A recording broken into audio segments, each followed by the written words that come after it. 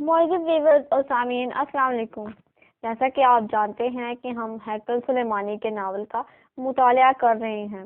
ہم نے پارٹ 3 مکمل کر دیا، تو آئیے آج میں آپ کو اسی ناول کے مطالعے کے پارٹ 4 کی جانب لے چلتی ہوں، اور ہر صورت اور ہر قیمت میں ان لوگوں کا خیال رکھنا ہے، یہ ہمارے لیے انتہائی اہم ہے۔ اوور اینڈ آل، حارث نے کہا اور ٹرانسمیٹر کا بٹن آف کر دیا۔ حارث اب مطمئن انداز میں بیٹھا تھا۔ اسے سب سے زیادہ فکر آئی ہاک کی تھی، اور اسے اب مکمل طور پر یقین تھا کہ جو لوگ آئی ہاک کو ڈاج دینے میں کامیاب ہو گئے ہیں وہ کرنل مارگن وغیرہ کے قابو میں بھی آسانی سے آنے والے نہیں۔ عمران اور اس کے ساتھی ایک بڑے سے کمرے میں رکھی ہوئی کرسیوں پر بیٹھے ہوئے تھے۔ گنوں سے مسلح 4 افراد کمرے کے اندر دیواروں کے ساتھ بڑے چوکنے انداز میں کھڑے تھے۔ اسی لمحے دروازہ کھلا اور عمران کی نظریں اندر آنے والے 3 افراد پر پڑیں۔ ان میں سے ایک کو وہ اچھی طرح پہچانتا تھا، وہ GP5 کا سربراہ کرنل ڈیوڈ تھا، جبکہ باقی 2 ان کے لیے اجنبی تھے۔ ان تینوں کے پیچھے ایک اور نوجوان تھا جس کے ہاتھ میں اسٹیم گن تھی، وہ بڑے مؤدبانہ انداز میں ان کے پیچھے چل رہا تھا۔ عمران نے دیکھا کہ جمال کی نظریں اسی پیچھے آنے والے نوجوان پر جمی ہوئی ہیں، اور جمال کی نظروں سے ہی وہ سمجھ گیا کہ پیچھے آنے والا GP5 کا مقامی انچارج ہوگا، جیسے جمال نے اپنا خاص آدمی بتایا تھا۔ کرنل ڈیوڈ کے ہاتھ میں ایک فائل تھی۔ فیکٹری کا مالک کون ہے؟ کرنل ڈیوڈ نے اندر آتے ہی کڑک لہجے میں کہا، اور عمران اٹھ کھڑا ہوا۔ جناب، میں ہوں، اور میرا نام عامر ہے جناب، عمران نے بڑے مؤدبانہ لہجے میں جواب دیا۔ باقی لوگوں کا تعارف کرواؤ، کرنل ڈیوڈ نے کہا، اور عمران نے ان سب کے نام بتانے شروع کر دیے۔ تم سب عرب ہو، اس لیے تم سب کو اپنا شجرہ نسب تو آتا ہوگا۔ تم پہلے اپنا شجرہ نسب بتاؤ، کرنل نے انتہائی گرفت لہجے میں کہا۔ عمران سے مخاطب ہو کر وہ کہا، جناب کتنی نسلوں تک بتاؤں؟ مجھے تو 100 نسلوں تک کے ناموں کا علم ہے، اس سے اوپر کے نام نہیں آتے۔ عمران نے بڑے مطمئن انداز میں کہا، تم بتاؤ۔ کرنل ڈیوڈ نے یکلخت عمران کے ساتھ بیٹھے ہوئے جمال سے مخاطب ہو کر کہا۔ وہ شاید عمران کے احتماد بھرے لہجے سے چکر کھا گیا تھا۔ اسے واقعی 100 نسلوں تک شجرہ نسب آتا ہے۔ حالانکہ شجرہ نسب کا سنتے ہی عمران کے ذہن میں خطرے کی گھنٹی بج اٹھی تھی۔ کرنل ڈیوڈ نے جیسے ہی جمال سے کہا، جمال نے اٹھ کر فر اپنا شجرہ نسب سنانا شروع کر دیا۔ کرنل ڈیوڈ کی نظریں فائل پر جمی ہوئی تھیں۔ ٹھیک ہے، ٹھیک ہے، کرنل ڈیوڈ نے بجھے ہوئے لہجے میں کہا، اور فائل بند کر دی۔ اس کا انداز ایسا تھا جیسے اسے اپنے آئیڈیا کی ناکامی پر شدید مایوسی ہوئی ہو۔ یہ ہم سے فراڈ کر رہے ہیں، اچانک کرنل ڈیوڈ کے ساتھ کھڑے ہوئے آدمی نے کہا۔ فراڈ کر رہے ہیں؟ کیا مطلب؟ کرنل ڈیوڈ نے چونکتے ہوئے کہا، یہ لوگ وہ نہیں ہیں جو کچھ یہ ظاہر کر رہے ہیں۔ اب مجھے یقین ہو گیا ہے، کرنل مارگن نے تیز نظروں سے عمران کو گھورتے ہوئے کہا۔ جناب، میری تو 100 پشت عرب ہے، اور عرب فراڈ نہیں کیا کرتے، عمران نے مؤدبانہ لہجے میں جواب دیا۔ سنو، اپنی اصلیت بتا دو۔ میرا نام کرنل مارگن ہے، اور میں دنیا کی طاقتور ترین تنظیم ریڈ آرمی کا سربراہ ہوں، سمجھے؟ میں ہڈیوں سے گودا باہر نکال لیتا ہوں۔ تم لوگ کسی صورت میں بھی چمڑا رگنے والی فیکٹری سے متعلق نہیں ہو، سوائے اس جمال کے باقی تم سب فراڈ ہو۔ اگر تم واقعی ہی چمڑا رگنے والی فیکٹری سے متعلق ہوئے تو تم سب کے ہاتھوں پر چمڑے کے مخصوص رنگ کے دھبے موجود ہوں گے، جیسے کہ جمال کے ہاتھوں پر ہیں۔ اب سمجھے؟ اب بتاؤ کہ تم کون ہو؟ کرنل مارگن نے تیز لہجے میں کہا، اور عمران کو پہلی بار کرنل مارگن کی ذہانت اور اپنی حماقت پر بیک وقت غصہ آیا۔ اس نے میک اپ کرتے ہوئے بالکل سامنے کی بات نظر انداز کر دی تھی۔ او کرنل مارگن، آپ درست کہہ رہے ہیں، کیپٹن رابرٹ، کرنل ڈائیوڈ نے اچھلتے ہوئے چیخ کر اپنے پیچھے کھڑے کیپٹن رابرٹ سے کہا، لیکن اس سے پہلے کہ کیپٹن رابرٹ کرنل ڈائیوڈ کی بات کا جواب دیتا، عمران بجلی کی سی تیزی سے کرنل مارگن پر جھپٹا اور دوسرے لمحے کرنل مارگن کو اپنے سینے سے چمٹائے سائیڈ کی دیوار سے جا لگا۔ خبردار، میں اس کی گردن توڑ دوں گا، ہتھیار میرے ساتھیوں کے حوالے کر دو جلدی، عمران نے چیختے ہوئے کہا، اور اس کے ساتھ ہی اس نے کرنل مارگن کے گلے کے گرد موجود اپنے بازو کو زور سے جھٹکا دیا تو اس کی گرفت میں تڑپتا ہوا کرنل مارگن ذبح ہونے والے بکرے کی طرح چیخا۔ اسی لمحے سب سے پہلے کیپٹن رابرٹ نے مشین گن جمال کے ہاتھ میں دے دی اور دوسرے لمحے عمران کے ساتھی باقی 4 مشین گنوں پر بھی قبضہ کر چکے تھے۔ کرنل ڈائیوڈ اور کرنل کاسٹر دونوں حیرت سے بت بنے کھڑے دیکھتے ہی رہ گئے جب تک وہ سنبھلتے۔ مشین گنوں کی نالیں ان کی جسموں سے لگ چکی تھی۔ کرنل مارگن، کوئی کوشش فضول ہے، تم سے پہلے کرنل ہیمبرک نے ابھی ایسی ہی کوشش کی تھی۔ میرا نام علی عمران ہے، علی عمران۔ عمران نے پہلی بار اپنی اصلیت کا اعلان کیا تو کرنل ڈائیوڈ کی آنکھیں خوف سے پھیلتی چلی گئیں۔ مارگن نے عمران کی گرفت سے آزادی پاتے ہی سب سے پہلے دونوں ہاتھوں سے اپنی گردن ملنا شروع کر دی۔ گردن پر بے پناہ دباؤ کی وجہ سے اس کا چہرہ بری طرح بگڑا ہوا تھا، اور پھر تھوڑی سی جدوجہد کے بعد وہ تینوں کرنلوں سمیت ہیلی کاپٹر میں سوار ہو گئے۔ عمران نے کنٹرول سنبھالا۔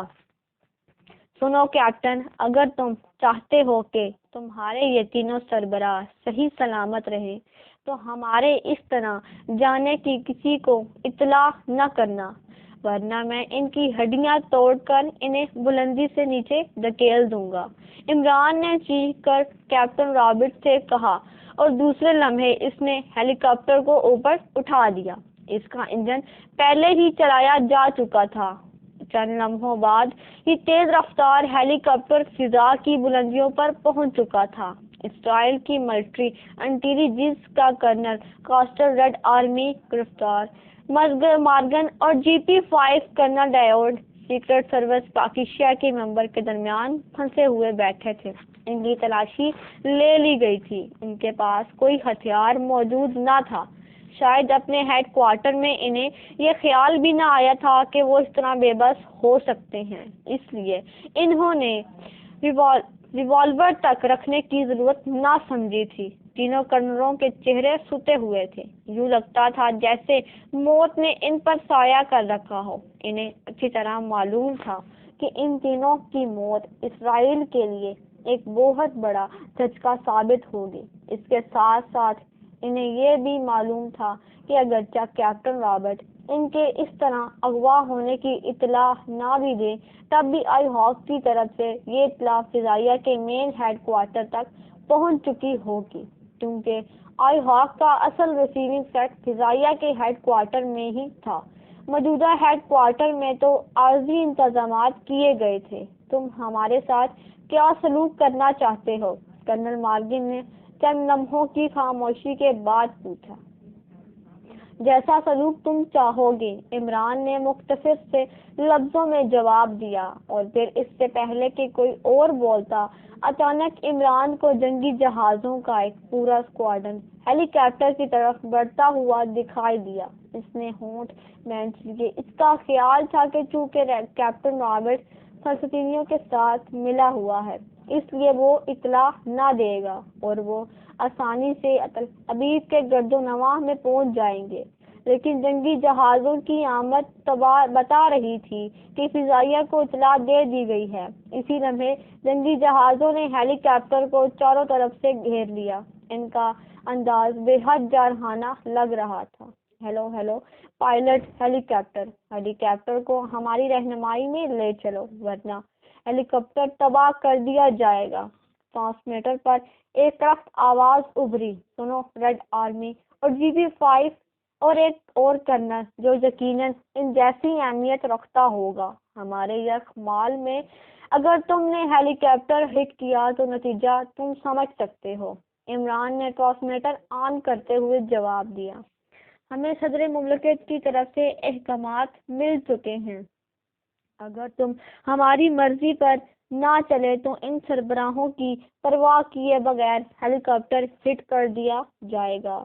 شمال مغرب کی طرف ہیلی کاپٹر موڑو، اوور، کرخت آواز نے کہا، اور عمران نے ہونٹ بینچ لیے۔ وہ سمجھ گیا تھا کہ واقعی ہی ایسے احکامات دے دیے گئے ہوں گے۔ سربراہوں کا کیا ہے، وہ دوسرے بھی بنائے جا سکتے ہیں۔ پاکستان سیکرٹ سروس کا تو خاتمہ ہوتا ہے، یہ اسرائیل کی بہت بڑی کامیابی ہوگی۔ فی الحال وہ سربراہوں کو بچانے کے لیے گنجائش دے رہے تھے، لیکن عمران کو معلوم تھا کہ اب صورتحال بے حد سنگین ہو چکی ہے۔ اگر وہ اسکواڈرن لیڈر کے احکامات کی پرواہ نہیں کرتا تو وہ ایک لمحے میں ان کا ہیلی کاپٹر تباہ کر جائے گا۔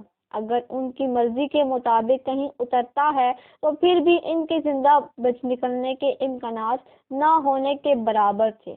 بہرحال کیونکہ اب وہ پھنس گیا تھا، اس لیے ان کے احکامات کی تعمیل کا فیصلہ کیا، کیونکہ اس میں شاید کی گنجائش نکلتی تھی۔ ٹھیک ہے، میں تمہارے احکامات کی پابندی کر رہا ہوں، اوور، عمران نے ایک طویل سانس لیتے ہوئے کہا، اور اس کی بات سنتے ہی تینوں کرنلوں کے چہروں پر خوشی اور کامیابی کے آثار ابھر آئے۔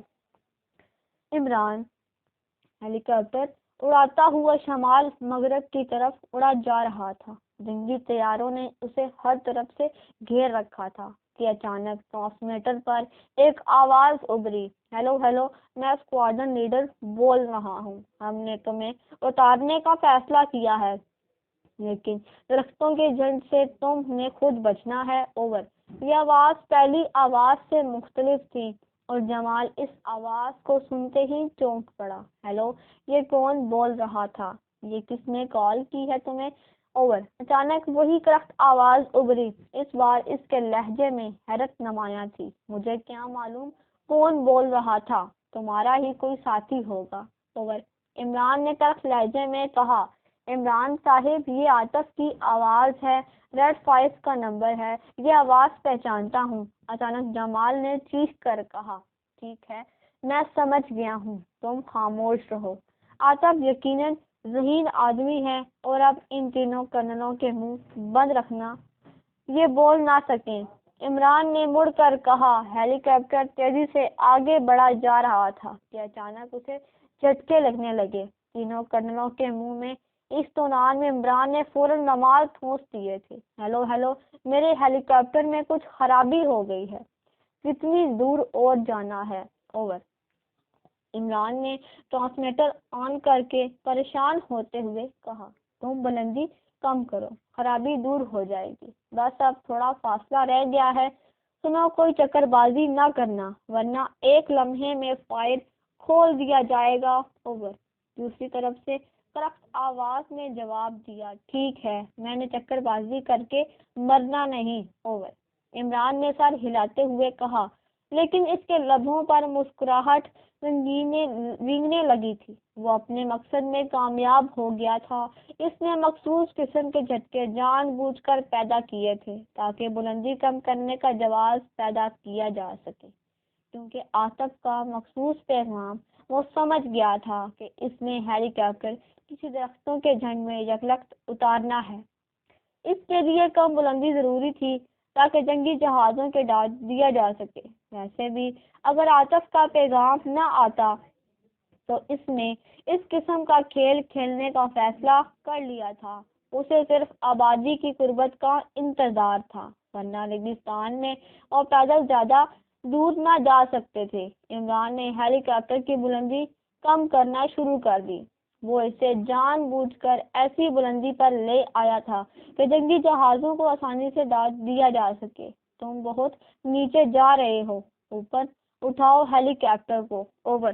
کرخت آواز نے یکلخت چیختے ہوئے کہا، اگر میں اوپر اٹھا لوں تو سٹک فیل ہو جائے گی، مجبوری ہے کہ تم فکر نہ کرو، جب میں نے کہہ دیا ہے کہ حکم کی تعمیل کروں گا تو تعمیل ہی ہوگی، اوور، عمران نے اسے تسلی دیتے ہوئے کہا، اور پھر تھوڑا ہی فاصلہ مزید طے ہوا ہوگا کہ اچانک عمران کو دور آبادی کے آثار نظر آنے لگے، اور اسی لمحے اس کی نظروں نے درختوں کے ایک بہت بڑے جھنڈ کی سائیڈ میں آئینے کی چمک دیکھی۔ یہ چمک صرف ایک لمحے کے لیے ابھری تھی، اور دوسرے لمحے عمران نے یکلخت ہیلی کاپٹر کی رفتار تیز کی، اور پھر جیسے ہی ہیلی کاپٹر درختوں کے جھنڈ کے قریب پہنچا، عمران نے یکلخت اسے اتنی تیزی سے غوطہ دیا کہ ہیلی کاپٹر میں موجود سب افراد ایک دوسرے سے ٹکرا کر الٹ پلٹ ہو گئے۔ ہیلی کاپٹر بجلی کی سی تیزی رفتاری سے ہٹ ہو جانے والے انداز میں درختوں کے جھنڈ کی طرف نشیب میں جھکتا چلا گیا۔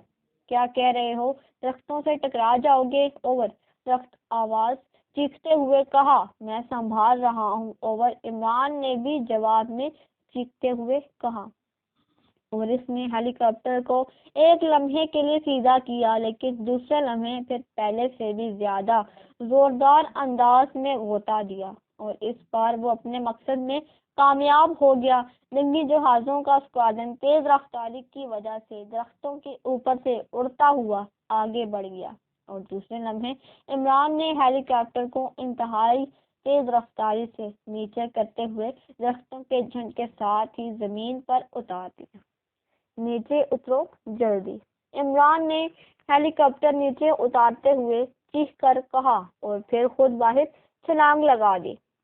اسی لمحے جنگی جہازوں کا اسکواڈرن واپس پلٹا، اور پھر خوفناک دھماکوں سے ارد گرد کی فضا گونج اٹھی۔ اسکواڈرن نے خوفناک فائر کرنے شروع کر دیے تھے۔ انہوں نے عمران کی چال سمجھ کر فائر کھول دیا تھا، لیکن چونکہ اسکواڈرن الٹی طرف سے آ رہا تھا، اس لیے درختوں کا جھنڈ ان کی نظروں میں رکاوٹ تھا، لیکن عمران جانتا تھا کہ جب وہ دوسری طرف سے مڑ کر آئیں گے تو ہیلی کاپٹر ان کی نظروں کے سامنے ہوگا۔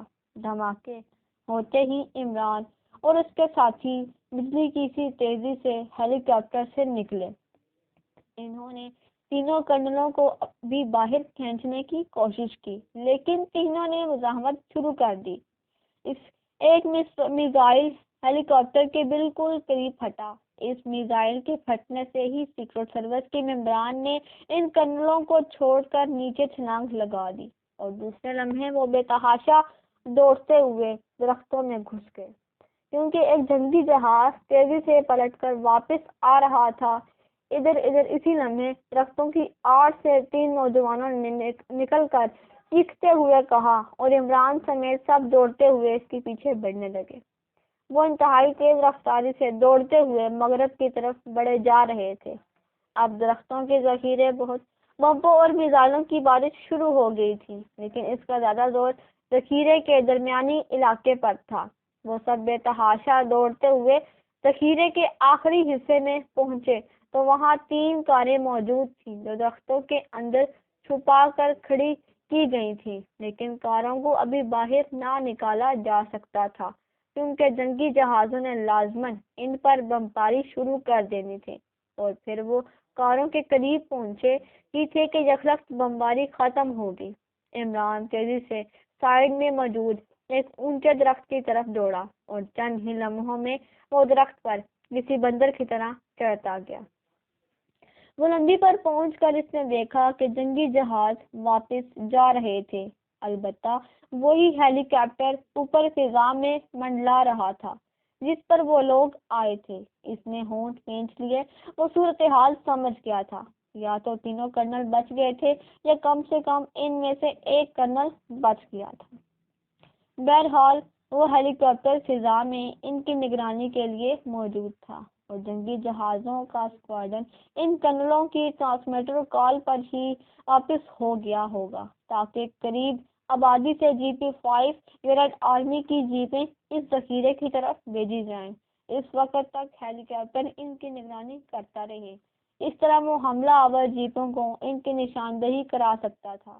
یہ صورتحال اور بھی زیادہ سنگین ہو گئی تھی، لیکن اسے معلوم تھا کہ تینوں کرنلوں میں سے کسی کے پاس اسلحہ نہیں ہے، اس لیے وہ صرف انہیں چیک کر سکتے ہیں، ان پر حملہ نہیں کر سکتے۔ کو تیزی سے نیچے اترا۔ اس کے تمام ساتھی کاروں کے پاس موجود تھے۔ 3 مسلح عربی کھڑے تھے۔ نکل چلو جلدی، ہیلی کاپٹر اوپر نگرانی کے لیے موجود ہے، ان کی جیپیں ابھی پہنچ جائیں گی، جلدی کرو، عمران نے چیخ کر کہا، اور اسی لمحے سب کاروں میں سوار ہونے لگے۔ عمران سب سے آگے والی کار میں تھا۔ تینوں عرب نوجوانوں نے تینوں کاروں کی ڈرائیونگ سیٹیں سنبھال لی اور چند لمحوں بعد تینوں کاریں انتہائی تیز رفتاری سے ذخیرے سے نکلی اور آگے میدانی علاقے میں دوڑنے لگیں۔ اسی لمحے عمران نے اوپر ہیلی کاپٹر کو اڑتے دیکھ لیا۔ ہیلی کاپٹر اتنی بلندی پر تھا کہ اسے نیچے سے ہٹ نہ کیا جا سکتا تھا۔ ہم نے کہاں جانا ہے؟ عمران نے ساتھ بیٹھے ہوئے عرب نوجوانوں سے پوچھا۔ ابھی پہنچ جاتے ہیں، آپ بے فکر رہیں، جب تک ان کو مدد پہنچے گی ہم صوفیہ پہنچ جائیں گے، عمران عرب نوجوان نے سنجیدہ لہجے میں کہا۔ کاروں کی رفتار انتہائی تیز تھی اور یوں لگتا تھا جیسے وہ دوڑنے کی بجائے فضا میں اڑ رہی ہو۔ ہیلی کاپٹر ان کے ساتھ ساتھ اوپر بلندی پر اڑ رہا تھا۔ ابھی وہ تھوڑی ہی دور گئے ہوں گے کہ انہیں دور سے 10 قریب فوجی جیپیں نیم دائرے کی صورت میں درختوں کے ذخیرے کی طرف آتی دکھائی دی۔ وہ لوگ پہنچ گئے، عمران نے ہونٹ کھینچتے ہوئے عرب نوجوانوں کو مخاطب کرتے ہوئے کہا۔ آپ بے فکر رہیں جناب، ہم انہی کاروں سے ان کا حشر کر دیں گے، یہ خصوصی کاریں ہیں، عرب نوجوان نے کہا، اور اس کے ساتھ ہی اس نے ڈیش بورڈ پر ایک بٹن دبا دیا۔